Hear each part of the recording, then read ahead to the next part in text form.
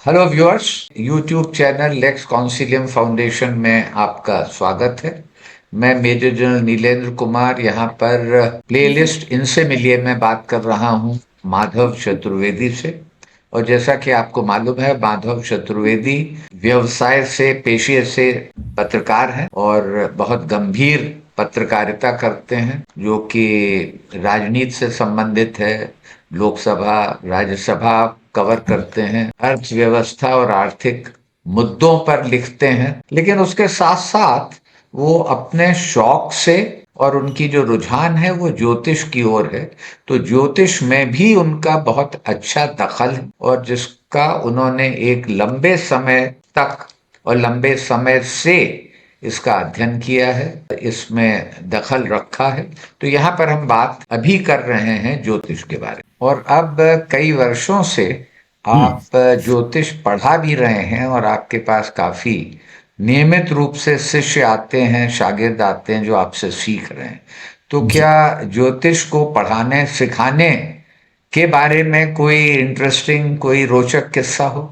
ज्योतिष करने से भी ज्यादा पढ़ाना बहुत ही इंटरेस्टिंग चीज है और बड़ा चैलेंजिंग भी है, क्योंकि पहले गुरु और शिष्य का भाव रहता था कि गुरु जो कह देता था वो लास्ट वाक्य होता था, उसके बाद आप कोई प्रश्न नहीं कर सकते। लेकिन आज वो चीजें बदल गई हैं, क्योंकि जो हमारे पास जो हमसे सीखने आते हैं उनमें डॉक्टर्स भी हैं, उनमें इंजीनियर भी हैं, अच्छे अच्छे प्रोफेशनल्स हैं। वो सब खूब प्रोफेशनल डिग्री लेके आते हैं, उसमें कई अनुभवी लोग हैं, पढ़े लिखे लोग हैं। पढ़े लिखे हैं, तो वो उनका बड़ा साइंटिफिक माइंड है, तो उनको आप ये बहका नहीं सकते हैं। उनको बड़ा ही लॉजिकल बातें करने हैं, उनके साथ है। लेकिन हाँ, आप उनको अगर लॉजिकली सेटिस्फाई करें। और दूसरी बात, जो मैं पढ़ाता हूँ उसमें पढ़ाने का मेरा तरीका कि मैं आपको प्रिंसिपल्स बताऊंगा और वो प्रिंसिपल्स आप अपनी हॉरोस्कोप में लगा के देखिए, और अगर वो नहीं लग रहे तब मुझसे पूछिए। तो जो मैं बताता हूँ लगभग वो सारे प्रिंसिपल लगते हैं, तो लोगों को ये फिर विश्वास होने लगता है एस्ट्रोलॉजी सही है। केवल ऐसी कि भाई हम किताबी बातें बढ़ा रहे हैं, ऐसा नहीं। प्रेडिक्शन, और वो भी टाइम का प्रेडिक्शन, कभी भी आसान नहीं होता। किसी भी एस्ट्रोलॉजर से कोई ये नहीं कह सकता कि मेरा प्रेडिक्शन 101% करेक्ट होगा। और वो भी आप जब लाइव कर रहे हैं, जैसे हम आप बात कर रहे हैं और किसी ने कोई क्वेश्चन पूछा, हम बात करते हैं, हमने उसका सॉल्यूशन निकाल के देखा। तो मेरी लाइव क्लास में मैंने ऐसे कुछ प्रेडिक्शन किए हैं। अब जैसे कोई इलेक्शन के बारे में कोई है कि किसी ने पूछा ये इलेक्शन हो रहा है तो बताइए कौन जीतेगा, तो हम लोगों ने किया और उसकी इस कंक्लूजन पे कैसे पहुंचा ये क्लास में बताया तो ये लोगों आप को। खुद अपना टेस्ट लेते रहते हैं जी कि जी किस प्रकार मेरे प्रेडिक्शंस सही आ रहे हैं जी और जी। ये सही नहीं आए। एस्ट्रोलॉजी में, ज्योतिष के क्षेत्र में आप क्या विशेषज्ञता भी है, स्पेशलाइजेशन है कि ये केवल बिजनेस की या इकोनॉमिक्स की करते हैं, या पॉलिटिकल ये करते हैं कि ये पार्टी सफल होगी, वो इससे मिलेगी या नहीं मिलेगी?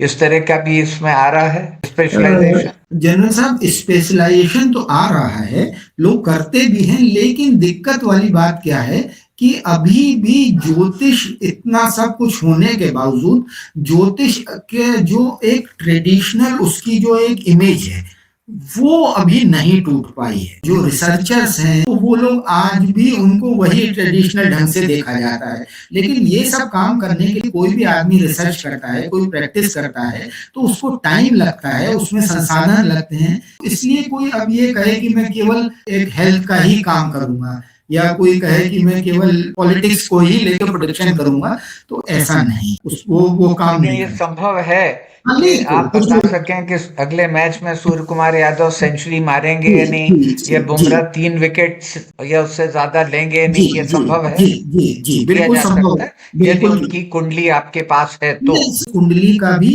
एक पार्ट है प्रश्न कुंडली। जी। जैसे आपने जिस समय माना, ज्योतिष में माना जाता है कि जैसे बच्चा जब जन्म लेता है तो उस समय के महत्वपूर्ण, उस समय की कुंडली से, उस समय से कुंडली बनाई जाती है। ऐसे ही जब कोई प्रश्न पूछता है तो प्रश्न पूछना भी लगभग उसी वजन की बात है जैसे कि किसी बच्चे का जन्म होना। तो प्रश्न का जो समय होता है उसके आधार पे एक कुंडली बनाई जाती है, और वो कुंडली भी बहुत बहुत ज्यादा जवाब देती है।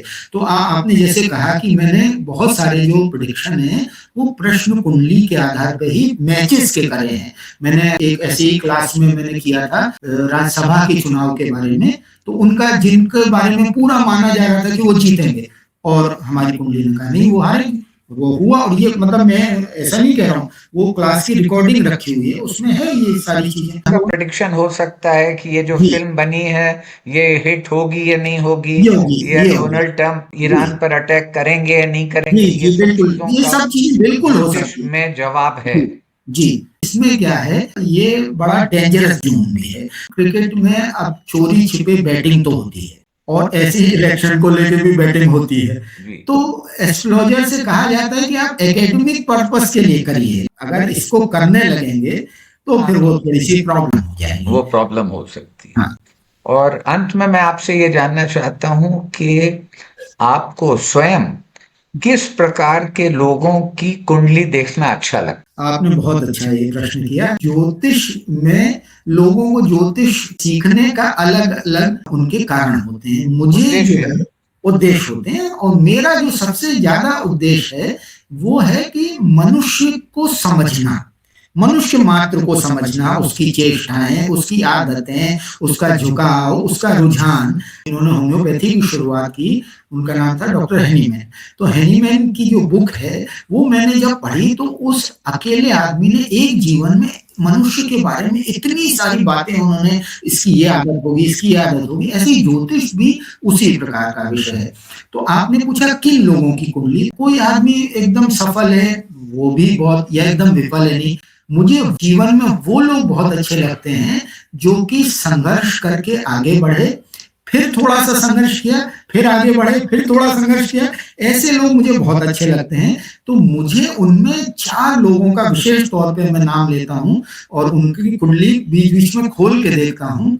सबसे पहला नाम है अब्राहम लिंकन का। है? अब्राहम लिंकन जी बहुत बढ़िया उनकी कुंडली है, बहुत बढ़िया। उनका जीवन भी आप बहुत ही हम्बल बैकग्राउंड से उन्होंने शुरू किया, लेकिन उस आदमी ने इतना संघर्ष किया, और उनकी ख्याति आज भी, मतलब इतने अमेरिका में प्रेसिडेंट हुए हैं लेकिन लिंकन की बराबरी आज तक कोई नहीं कर पाया। उसका कारण जो है वो है उनका एक तो लग्न में बैठा हुआ सूर्य, जिनकी ख्याति बहुत थी, और दूसरा सूर्य, उनके लग्न में सूर्य बैठा हुआ है, और दूसरा दशम भाव में शनि बैठा हुआ है। तो मैं जिन जो चारों लोगों की कुंडली बता रहा हूँ उसमें शनि जो है वो कर्म प्रधान है, और शनि जो है वो आपको, ऐसा नहीं है कि आप, वो आपके बीच बीच में लाइफ में लगातार टेस्ट लेता रहता है। तो अब्राहम लिंकन भी कभी हमेशा वो लाइफ में टेस्ट देते रहे, ऐसा नहीं कि सक्सेस उनको एक बार मिल गई तो सक्सेसफुल ही होते गए। दूसरा नाम जो मैं बता रहा हूँ, सारे ज्योतिषियों की वो बड़ी प्रिय कुंडली है, वो है इंदिरा गांधी की कुंडली। इंदिरा गांधी की कुंडली में और बातें हैं, उनके लग्न में शनि बैठा हुआ है। आप कह सकते हैं कि इंदिरा गांधी ने भाई बहुत सारा कौन, वो एक बहुत अच्छे परिवार में जन्मी थी, ठीक है, एक अच्छे परिवार में जन्मी थी,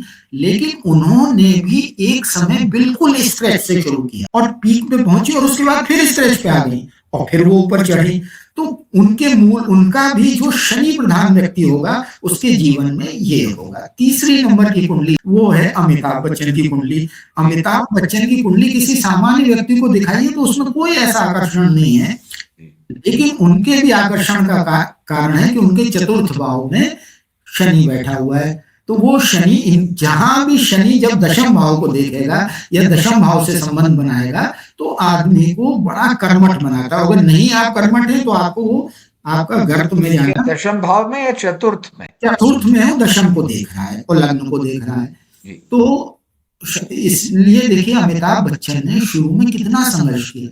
तो शनि, जिनका भी शनि प्रभावित होता है, शनि कभी आसानी से सफलता नहीं देता। बहुत किसी, आप जो आपका कर्म क्षेत्र है उसमें आपको स्ट्रगल बहुत करवाता है। तो शनि अमिताभ बच्चन की स्ट्रगल करी, फिर एक कैरियर में एक बार उनके फिर बुरी तरीके से गिरावट आई, लेकिन अमिताभ बच्चन फिर आगे चढ़े। फिर चौथी कुंडली और भी बहुत अच्छी है इन्हीं लोगों की तरीके से, और वो अपनी तरीके से वो भी बड़े विशेष व्यक्ति थे, वो थे ओशो रजनीश।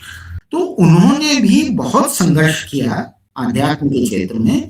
उनकी कुंडली में शनि जो है 8वें भाव में बैठा है, और 8वें भाव से बैठ के वो इनके दशम भाव को देख रहा है। इन तीनों की, लिंकन, इंदिरा गांधी और अमिताभ बच्चन की केंद्र में बैठा हुआ, इनके जो है वो 8वें भाव में बैठा हुआ। तो 8वां भाव जो होता है रिसर्च का और गूढ़ विद्याओं का होता है। तो और वहां से वो 10वें भाव को देख रहा है। तो रजनीश ने 8वें भाव में मतलब गूढ़ विद्याओं में बहुत, जब वो सार्वजनिक जीवन में आए उससे पहले उन्होंने काफी तैयारियां की थी और काफी मेहनत की थी। तो ये उनका दिखाता है। जैसे महात्मा गांधी की उतनी उल्लेखनीय नहीं है। महात्मा गांधी की भी कुंडली उल्लेखनीय है, लेकिन महात्मा गांधी का कभी करियर ग्राफ नीचे नहीं गया। करियर ग्राफ महात्मा गांधी का चढ़ता ही चला गया। भले ठीक है उन्होंने हम्बल बैकग्राउंड से, लेकिन ऐसा नहीं हुआ कि वो कभी महात्मा गांधी जिस स्टेज उतार पर चढ़ाव नहीं आया, वो नहीं, वो हमेशा ऊपर ही गए, कभी नीचे नहीं आए। ये लेकिन ये चारों के सूरज है। हाँ, तो ये लेकिन इनके बारे में आप देखिए कि ये लोग कभी ऊपर जाए कभी नीचे, लेकिन हाँ फिर शिखर तक है चारों। तो इसलिए ये कुंडली ज्योतिषियों के, मेरी भी प्रिय है, कई ज्योतिषियों की भी ये चारों कुंडलियां बड़ी प्रिय हैं। बहुत बहुत धन्यवाद माधव जी। और ये आपने बहुत ही ज्ञानवर्धक, ज्ञानपूर्ण बातें बताई और जो कि रोचक भी हैं। और मुझे पूरा विश्वास है कि हमारे दर्शक इसको पसंद करेंगे। बहुत बहुत धन्यवाद। और इसी तरह से मुझे उम्मीद है आपसे आगे भी बात करने का मौका मिलेगा। बहुत बहुत धन्यवाद जनरल साहब, आपके प्लेटफॉर्म पे मुझे बोलने का मौका मिला, अपने अनुभव शेयर करने का मौका मिला, इसलिए आपने जो मुझे अवसर दिया उसके लिए बहुत बहुत धन्यवाद। और आपके दर्शकों को भी बहुत बहुत अभिवादन।